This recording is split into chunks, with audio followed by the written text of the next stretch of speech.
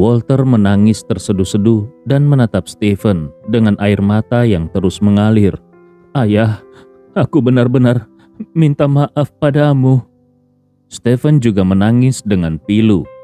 Dia tidak pernah membayangkan bahwa satu perjalanan ke negara ini akan menghancurkan seluruh masa depannya. Bahkan kebebasannya pun ikut lenyap. Saat ini Andi Rewa menunjuk ke kandang kosong di sebelahnya dan berkata kepada Robin, "Tuan Robin, inilah kamar pribadimu nanti. Kalau kau merasa kesepian, pasangan ayah dan anak ini bisa menemanimu.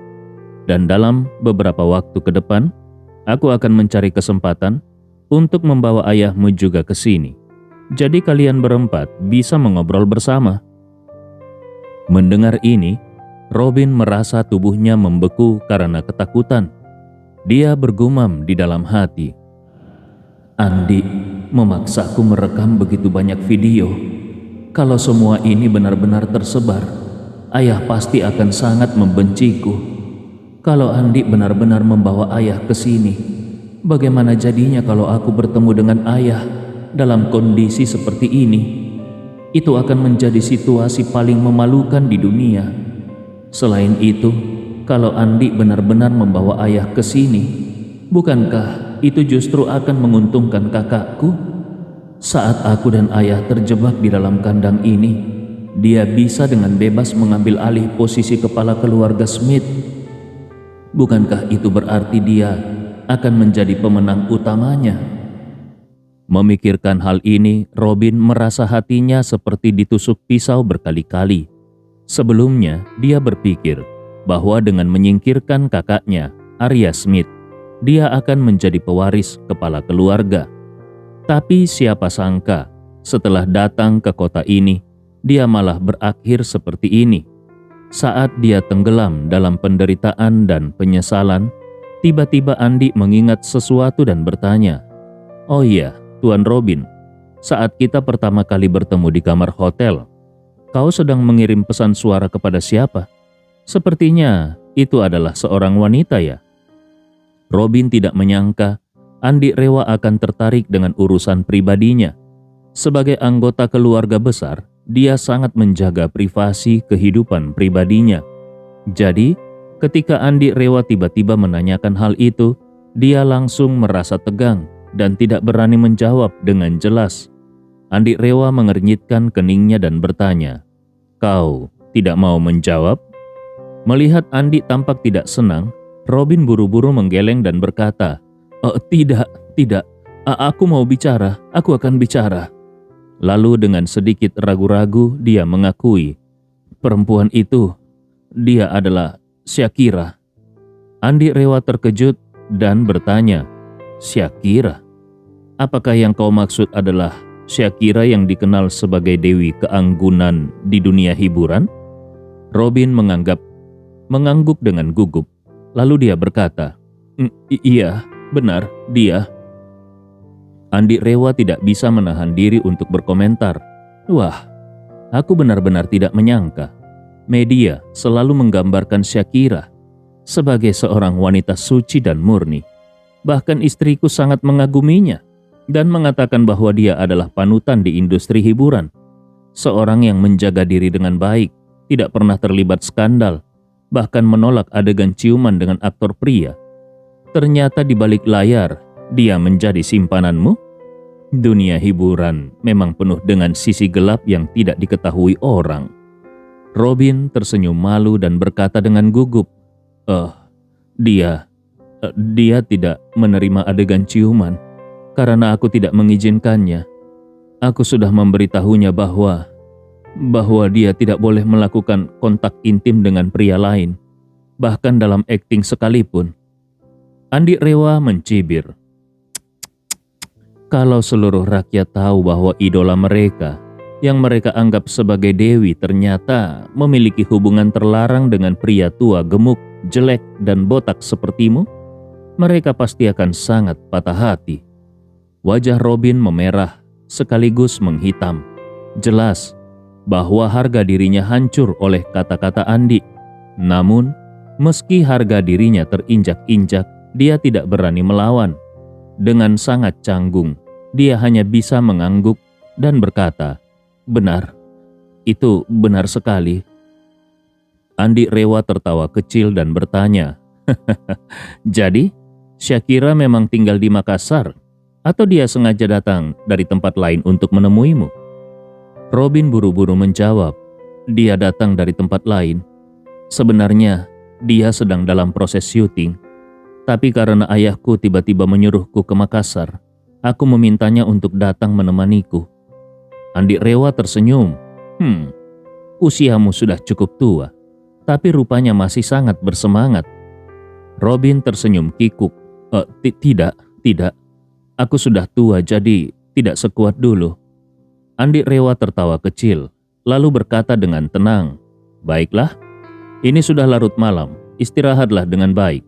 Mulai sekarang, kau tidak akan memiliki selebriti seperti Syakira untuk menghangatkan tempat tidurmu. Jadi kau harus segera membiasakan diri dengan kehidupan di peternakan ini. Nanti, ketika saatnya tiba, aku akan membawa ayahmu ke sini juga, supaya kalian bisa berkumpul kembali sebagai ayah dan anak." Robin menundukkan kepalanya dalam-dalam. Dia tidak berani mengeluarkan suara. Andi Rewa kemudian menoleh ke Stephen di sebelahnya dan berkata dengan datar, "Rawat baik-baik anakmu di sini." Stephen hanya bisa mengangguk berkali-kali. Aku mengerti, Tuan." Andi Rewa tidak berkata lebih banyak dan memberi isyarat kepada Ibnu Komar, "Antarkan aku pulang." Saat Albert mengantar Andi Rewa dan Ibnu Komar keluar dari peternakan, dia memanfaatkan kesempatan saat hanya berdua dengan Andi untuk bertanya, "Tuan, tentang bibimu, waktunya sudah tiba malam ini. Apakah kau ingin membiarkannya pergi?" Andi Rewa mengerutkan keningnya. "Waktunya sudah tiba?" Albert buru-buru menjawab, "Ya, kali ini bibimu berperilaku sangat baik, tidak mengeluh atau membuat keributan." Andi Rewa mengangguk dan berkata, "Baiklah, biarkan dia pergi. Katakan kepada anak buahmu untuk membuka pintu. Dia bisa pergi kapan saja kalau dia mau." Albert segera berkata, "Baik, Tuan, aku akan segera mengatur ini." Andi Rewa menepuk bahunya dan mengingatkannya, "Peternakan ini adalah tempat yang sangat penting. Pastikan tidak ada orang asing yang bisa mendekatinya. Dan yang lebih penting, jangan biarkan anak buahmu membocorkan informasi ke dunia luar." Albert berkata dengan tegas, "Jangan khawatir, Tuan. Aku telah mengatur semuanya. Setiap orang yang bekerja di sini adalah orang kepercayaanku. Selain itu, aku telah memberi perintah bahwa mereka tidak boleh meninggalkan peternakan selama 24 jam penuh. Dan mereka juga dilarang berkomunikasi dengan dunia luar. Semua dalam pengawasan ketat, jadi tidak akan ada kebocoran informasi." Andi Rewa mengangguk dan berkata, "Kekuatan keluarga Smith sangat besar. Meskipun sebelumnya mereka tidak memiliki industri atau koneksi di kota ini, tapi kalau mereka menginginkannya, mereka bisa mengacak-acak seluruh kota dalam semalam.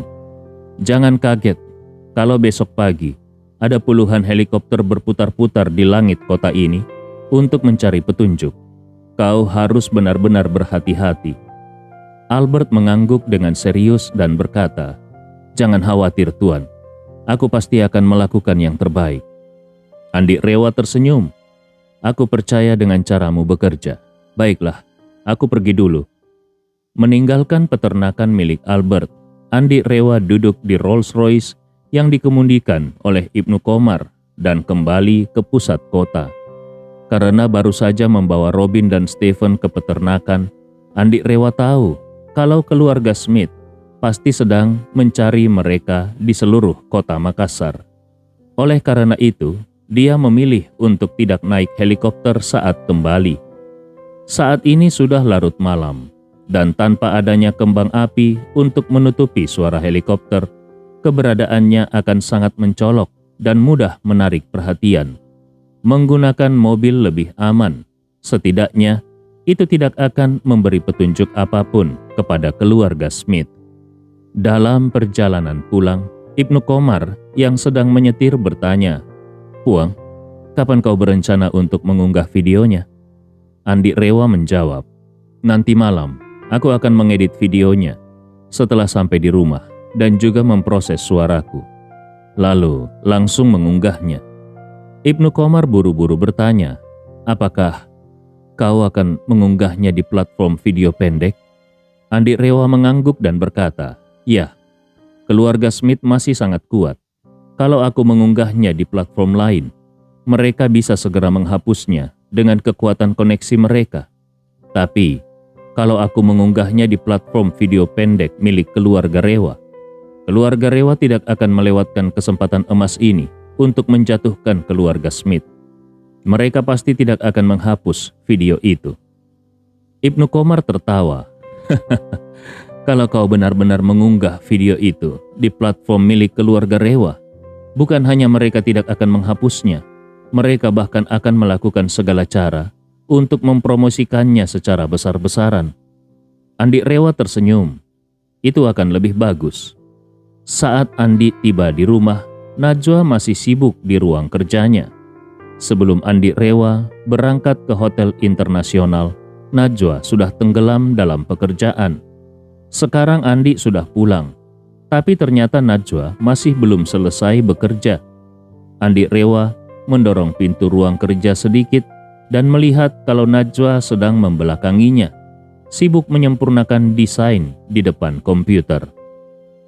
Melihat punggung istrinya yang bekerja keras, Andi Rewa merasa sedikit kasihan dan berpikir, "Kalau aku tahu Najwa akan bekerja sekeras ini demi proyek dengan grup Rapocini, lebih baik aku tidak memberikan proyek itu kepadanya. Tapi aku sudah terlanjur memberikannya. Najwa sangat serius dengan kerjasama ini. Kalau aku meminta Desi untuk membatalkan proyek ini sekarang, dia pasti akan sangat kecewa." Memikirkan hal ini, Andi Rewa hanya bisa menghela napas pelan, lalu menutup pintu ruang kerja tanpa mengganggu Najwa. Andi Rewa kembali ke kamarnya, mengisi bak mandi, lalu berendam di dalamnya. Sambil memegang ponselnya, dia mulai mengedit video dengan aplikasi sederhana. Ada dua bagian utama dalam rekaman yang dia miliki. Bagian pertama adalah rekaman di dalam terowongan saat dia merekam Maxim. Bagian kedua adalah rekaman di peternakan saat dia merekam Robin. Dua bagian ini tidak hanya secara jelas mengungkap bahwa perintah untuk membunuh Hana berasal dari Chandra Smith, tetapi juga melemparkan tanggung jawab atas kejadian Ziva kepada Chandra Smith. Andi Rewa tahu betul, begitu video ini diunggah, reputasi keluarga Smith akan hancur total. Chandra Smith akan menjadi orang tua yang paling dibenci oleh seluruh rakyat negeri ini. Dini hari, di sebuah pinggiran kota Makassar, Anita Rewa yang telah kehilangan setidaknya belasan kilogram berat badannya keluar dari gang gelap dengan tangan kosong. 5 menit sebelumnya, anak buah Albert membuka pintu kamarnya dan memberitahunya bahwa dia bisa pergi.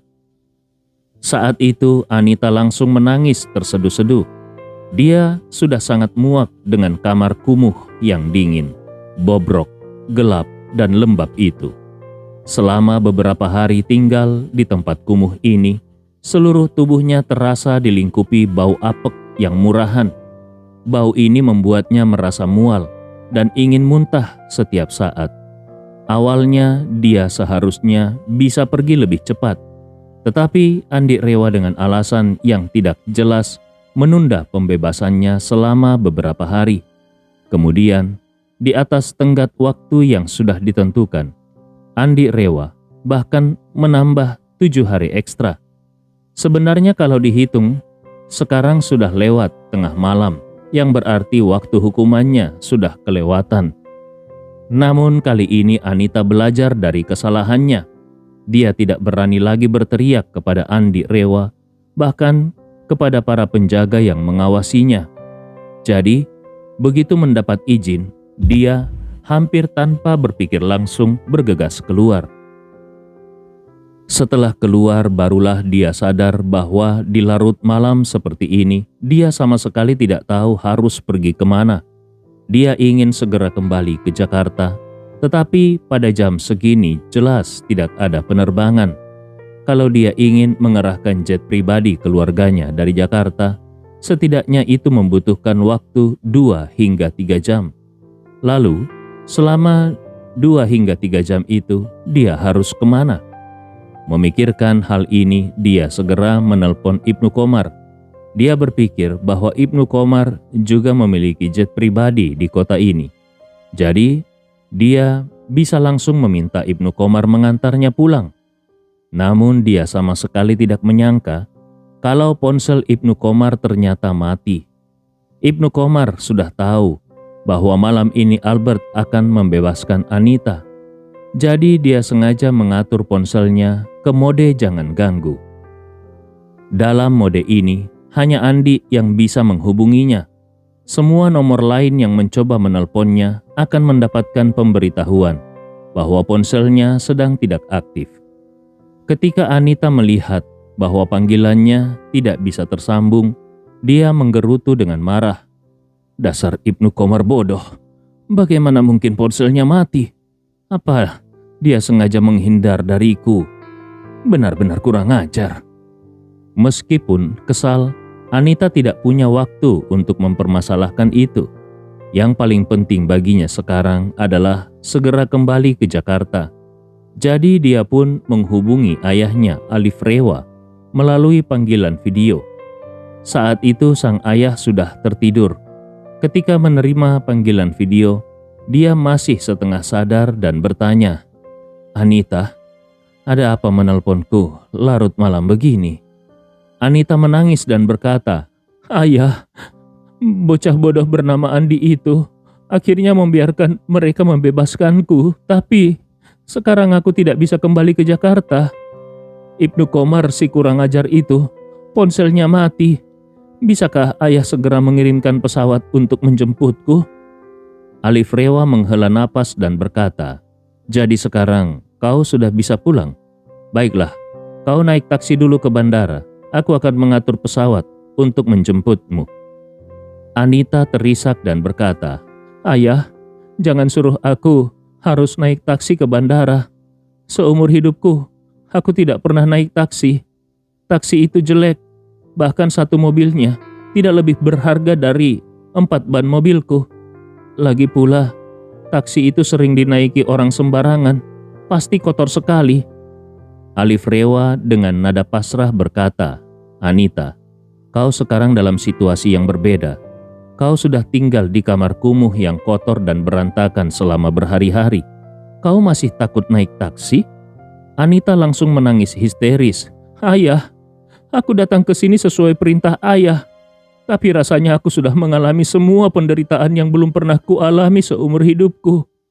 Alif Rewa mulai merasa pusing dan berkata, Baik. Bicara yang masuk akal saja. Kau sudah dewasa. Jangan terus menangis. Menangis tidak akan menyelesaikan masalah." Setelah itu, dia menguap dan dengan nada lelah berkata, "Oh, aku terlalu mengantuk. Orang seusiaku kalau kurang tidur, dampaknya bisa sangat buruk bagi kesehatan. Jadi, aku tidak bisa bicara lama-lama denganmu. Naik taksi ke bandara dulu. Aku mau tidur lagi." Meskipun Anita merasa sangat terhina di dalam hatinya, tetapi melihat ayahnya sudah berkata demikian, dia juga tidak berani terus memaksakan keinginannya. Dengan penuh rasa kesal, dia hanya bisa berkata, "Baiklah, ayah, tapi jangan lupa untuk mengatur pesawat sebelum tidur ya." Alif Rewa yang sudah sangat lelah berkata, "Hal kecil seperti mengatur pesawat. Kau tidak perlu mencariku. Hubungi saja Sangkala, biarkan dia yang mengurusnya." Mendengar ini, Anita merasa semakin kecewa. Dia bergumam di dalam hatinya, "Tentu saja aku tahu kalau hal seperti ini langsung bisa diurus oleh Sangkala. Tapi alasan aku langsung mencari ayah adalah karena Aku ingin berpura-pura mengeluh di depan ayah. Dengan begitu, aku bisa membuat ayah semakin membenci Andi. Selain itu, kalau ayah tahu aku telah begitu menderita di sini, dia pasti akan memberikan kompensasi kepadaku. Tak kusangka, ayah ternyata sama sekali tidak menganggapku penting. Meskipun hatinya penuh dengan ketidakpuasan, Anita tidak berani terus bertengkar dengan ayahnya pada saat seperti ini. Saat dia bersiap untuk mengucapkan selamat malam dan mengakhiri panggilan video, tiba-tiba telepon di samping tempat tidur sang ayah berdering. Telepon ini adalah saluran komunikasi darurat Alif Rewa. Hanya kalau terjadi sesuatu yang besar dan kalau Alif Rewa sudah beristirahat, maka para bawahannya akan menggunakan saluran ini untuk melaporkan kejadian penting. Alif Rewa segera menyadari bahwa mungkin telah terjadi sesuatu yang serius. Tanpa berpikir panjang, dia langsung mengangkat telepon darurat itu. Dia langsung bertanya, apa yang terjadi? Di ujung telepon, sang kala langsung berkata, "Tuan, baru saja kami menerima kabar bahwa putra kedua keluarga Smith, yaitu Robin Smith, menghilang setelah tiba di Makassar malam ini." Alif Rewa yang masih mengantuk pada detik sebelumnya langsung duduk tegak dan dengan penuh semangat dia bertanya, "Apa? Robin menghilang di Makassar? Ini serius?" Sang kala berkata, "Benar Tuan, keluarga Smith telah mengerahkan banyak orang ke Makassar malam ini untuk melakukan pencarian besar-besaran demi menemukan jejak Robin.